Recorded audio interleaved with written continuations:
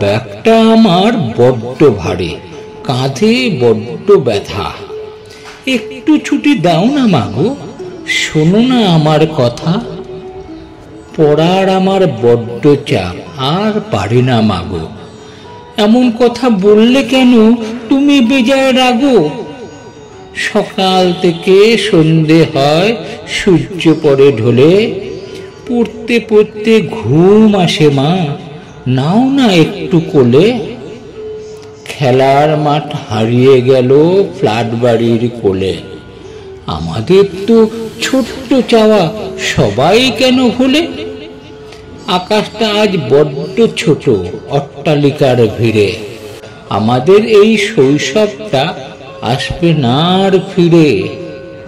তুমিও তোমার স্কুলে গেছো, করেছো পড়া পড়া খেলা।